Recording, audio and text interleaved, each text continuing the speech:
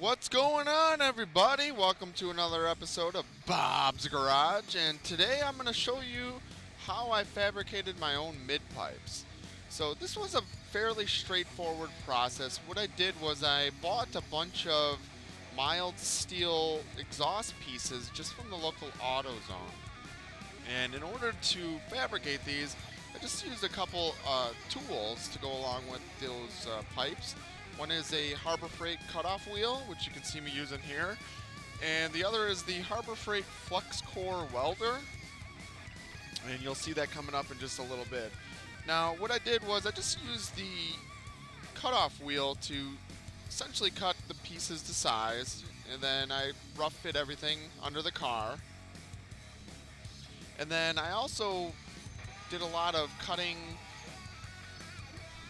reliefs and stuff in order to be able to use exhaust clamps to hold on the exhaust sections. So I'll show you a little bit more on that later.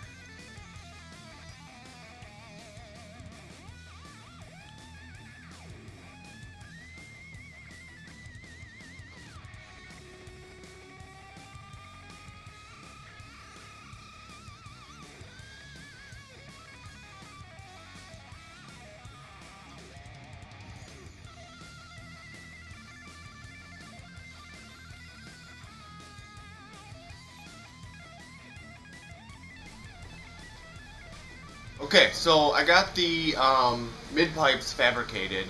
They're pretty close to what I want them to be. I'm going to show you a shot in a second just underneath the car to show you what they look like.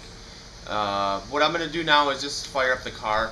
So the test pipes, or the mid pipes, are not, they're not welded yet.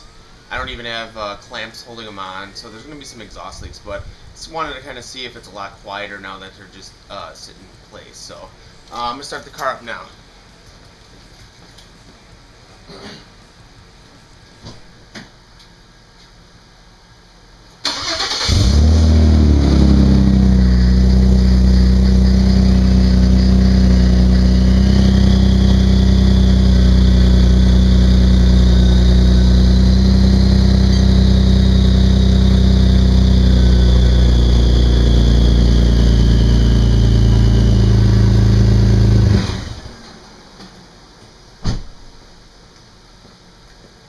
Okay, so it's still pretty loud. I just remembered that I did not tighten down the exhaust flange. So it's just held on by hand tight bolts, so it's just basically leaking right out. The exhaust is leaking right out after the downpipes. So yeah, I think I'm gonna pull it off and start welding, and then yeah, then I just gotta top off the transmission fluid. So let me show you what it looks like.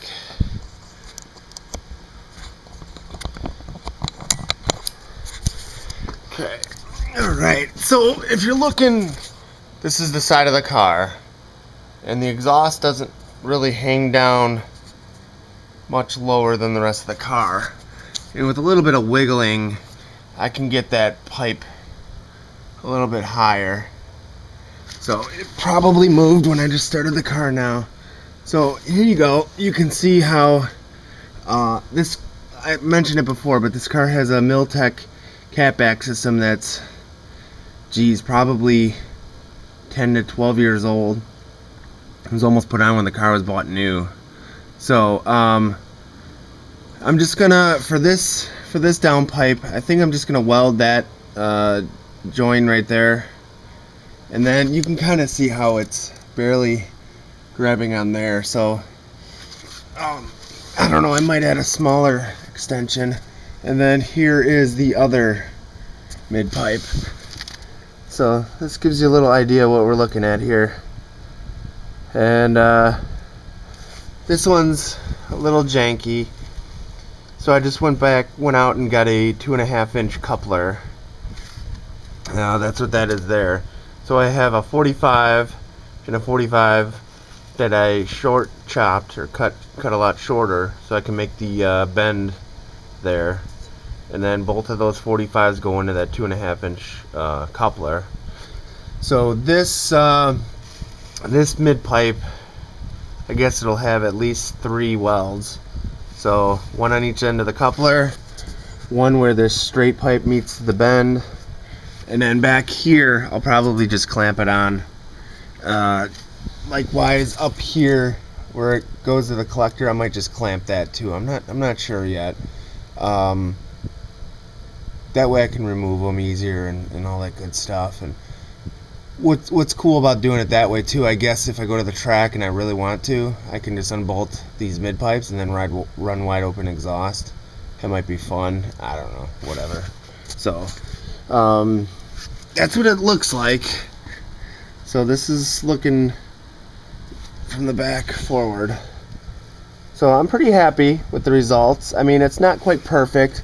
These pipes are kind of touching each other, so I'm going to try to push them into this coupler a little bit further, and that'll draw it in away from this other pipe here. But yeah, overall not too bad for my first experience. So I still got to weld this. You can see up here I had screwed on the those spark plug foulers, anti-foulers or whatever they're called, and I'm just going to probably zip tie, put a couple more zip ties on these O2 sensors just to keep them up and away from touching the exhaust, and hopefully away from the elements, the rain and the snow and the whatever. What else? So that's about it. And you know, it wasn't too bad. It took a little finagling, so. All right, so that's why I hand tighten those flange nuts. I need to undo them to remove this section of pipe, so it's kind of more of a tight fit, which is fine. But yeah. And like I said, I got a little bit of slack on this one, so what I could probably do is install just like a 3-inch extension or something. So I don't know, maybe I can look at the store. But so I would just kind of wiggle it like that so there's a little bit more there. So something along those lines. Otherwise, what I may eventually do is, since I'm committed now, is weld a coupler onto the Miltech side, and that way this will sleeve inside of that rather than reduce and then back up. But look at these bends. These bends are a joke. So there's nowhere local that I know of to get mandrel bent 45s. So all this is probably going to have to be redone eventually anyway. But we'll see. It might not even last through the winter. So, alright. See you out there. Good talk. Alright, so just some more comments about this. So I mentioned it before, but this is like mild steel, I guess. It's not the stainless steel exhaust pieces that AutoZone sells. I have never welded before. This is my first project ever doing any type of welding. Now, the flux core welder that I got from Harbor Freight that you can see me using here, it had said that it's not good for stainless steel, so that was one of the reasons why I didn't buy the stainless steel pieces, exhaust parts. The other reason was that the stainless steel was like double the price. So each piece that you see here of exhaust was about like $7 or so. And so my first project doing this, I did learn a little bit. Now with this flux core welder, you can't really draw a bead. You can see me try and try and try. So I try to do an entire bead across the seam. But what happens is the metal heats up too hot and you actually have blow through where you basically burn a hole right through the metal.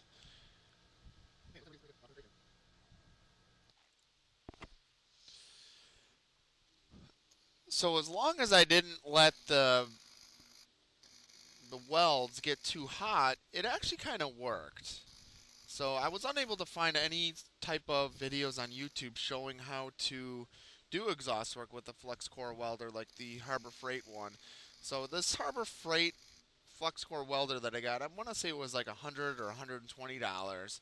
It came with the spool of wire, it came with that little brush for cleaning up your welds, and all that good stuff. But so like I said, as long as I just basically did like, let's say like 2 or 3 second tacks, it seemed to work pretty good. So that's kind of what I was trying to figure out the best process or procedure to do. So kind of what you see me doing here is just doing little tiny runs and then giving it a few seconds in between to cool down. It seemed to work the best. And anything longer than that, just too much heat built up and it didn't work. This Harbor Freight welder, it only has a couple settings. So there's a low and a high setting for the current or the amperage, and then there's a wire spool setting that.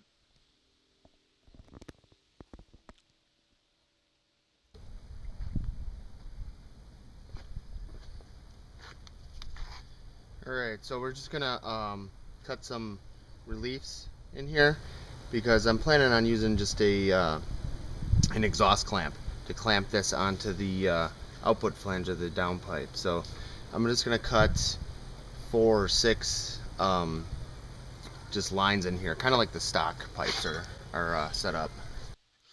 Okay, so I mentioned it before, but this is just some relief cuts, and this is I had never seen this before on a modern car before. So this is similar to how the Miltech system was done, and I believe this is the exact same way that the stock Audi exhaust is done. So there's just little slots cut in, all the pipes slide into each other, and then you use pipe clamps to strap or clamp everything together. So here, all I was doing was making it so that I was trying to eliminate the gaps in the pipe. So you can kind of see how the pipes don't quite fit very well together. So I just cut in some reliefs into the outer pipe and then hammered it down flush with the pipe that was slid into the inside or the inner pipe. So that's what I'm doing there, and then I was tacking it on. So it seemed to work. It worked pretty well. It's just, like I said, this is mild steel, so you have to be really careful, go really slow with this flux core welder. But it generally worked. I was surprised. I thought, I believe you're supposed to use like either like a TIG or a MIG welder for this type of work, for exhaust work. And I just didn't have the $300-400 to buy one of those. So I figured, you know what, for $100 investment, I would give it a try. I do own an arc welder, but geez, an arc welder is just way overkill for something like this.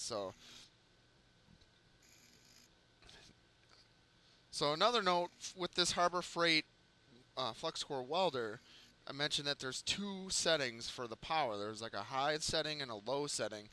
I was unable to get it to essentially even strike an arc on the low setting.